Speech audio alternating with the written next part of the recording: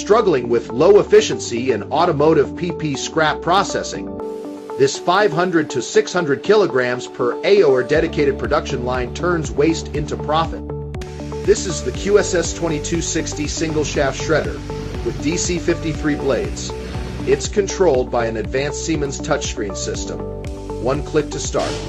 Easy. Then comes the Cube EG 4680 crusher with SKD 11 blades for strong crushing.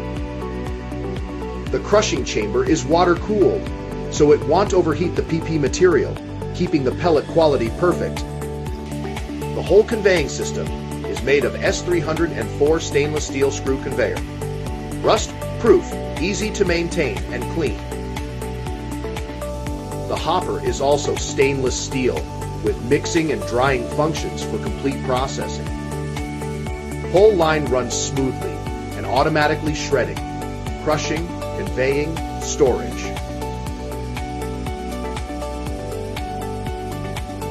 This complete line is already running stably at our German customer's factory, specially for automotive PP scrap.